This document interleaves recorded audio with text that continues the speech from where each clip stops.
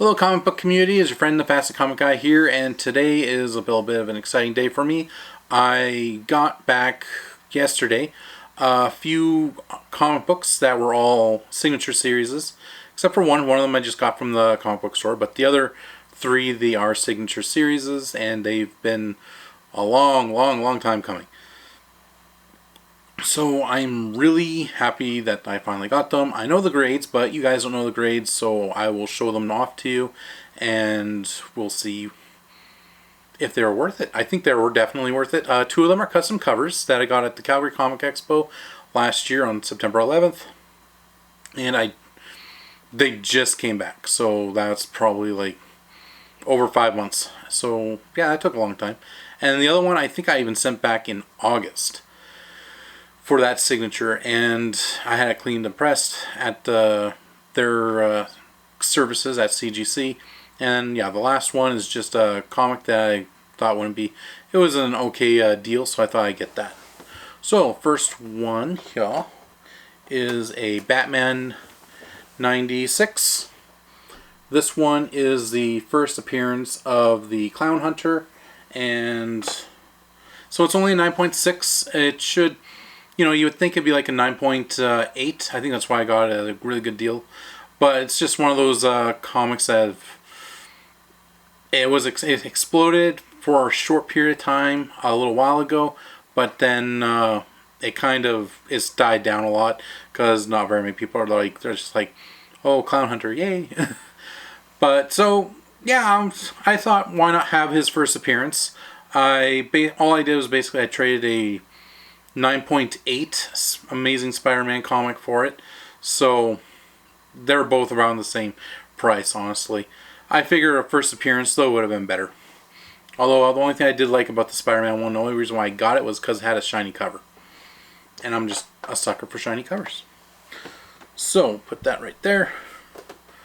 Alright, so this one is the autograph and X-Men 221. It is a 9.8 signed by, see, I can't pronounce his last name, that's why I didn't try, but it's signed by Mark Silvestri. And yeah, this is the first appearance of Mr. Sinister. I was incredibly ecstatic when I heard that it got a 9.8.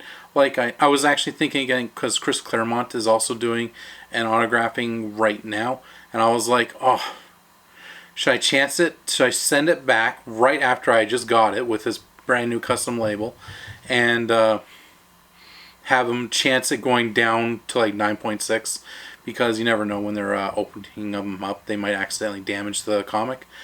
But I decided, no, I think I'll just leave it with the one signature, keep the 9.8, and have the custom label on it and everything like that.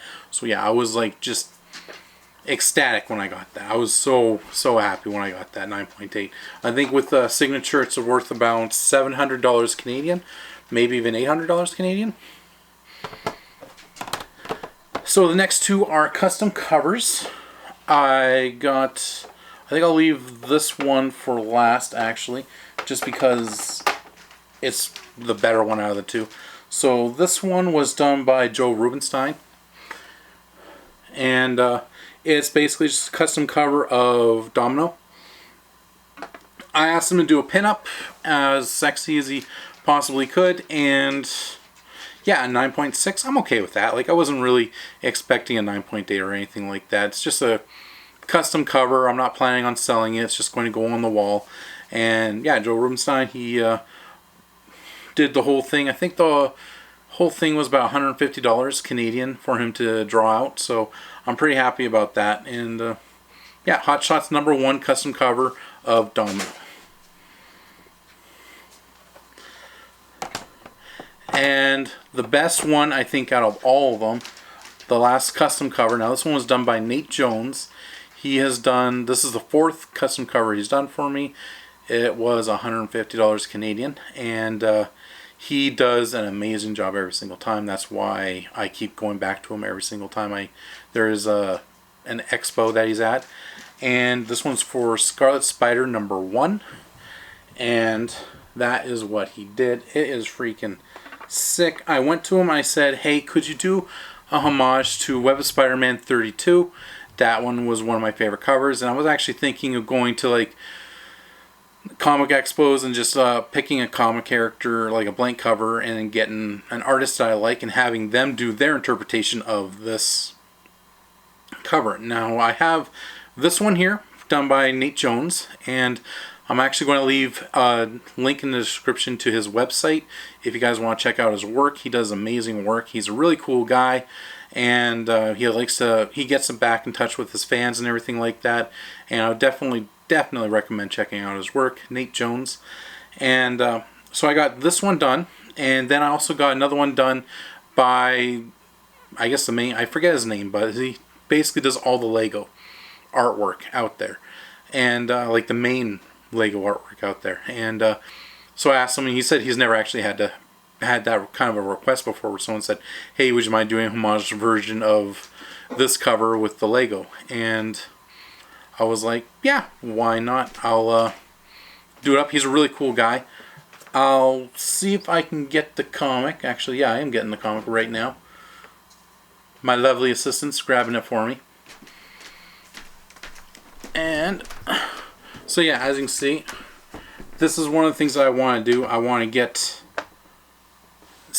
try and get cool artists to do this homage cover on just random comics. So they have another expo coming in April, and I'm looking at the lineup.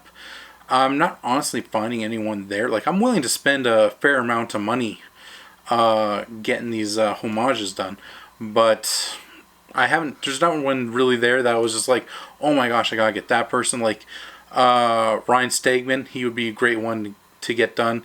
He's done some covers for me in the past. He even did a custom. I have the Scarlet Spider one done by him also, that that's been authenticated and everything like that. So yeah, I'm thinking that's what my main goal is. Every time I go to an expo, get a custom cover of this homage done for any random character. It'd be like Iron Man, the Hulk, Batman, that type of thing. And in this case, it was Scarlet Spider. So that is my showing off of my awesome grades that I got for today. I even made, just specifically for this comic right here, I even made an X-Men frame, and it even has a UV stabilized window in it. And yeah, like I said, just on the top, it goes in there. It's nice and blue, and you can hang it on the wall basically. There's a little hook right there on the back. You just put a nail in the wall and it hangs right there, really nice. So yeah, I figured with that comic coming back at a 9.8, I wanted to have it protected and show it off really, really well. This material here is called Cosmic Blue, so I thought that was pretty cool too.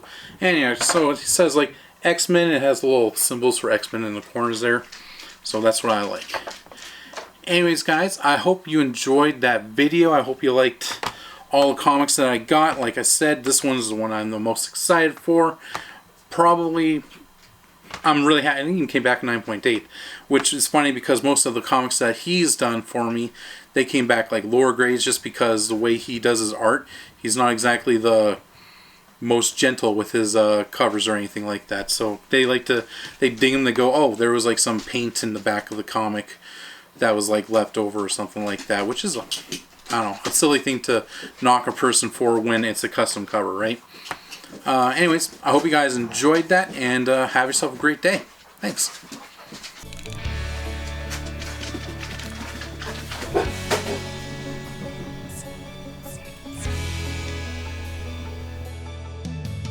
Hey guys, I hope you enjoyed that video. Thank you all for watching. I appreciate every view I get. Please leave a like below. If you liked what you saw today, please hit the subscribe button on the left and check out one of my other videos on the right. And remember, keep it comics.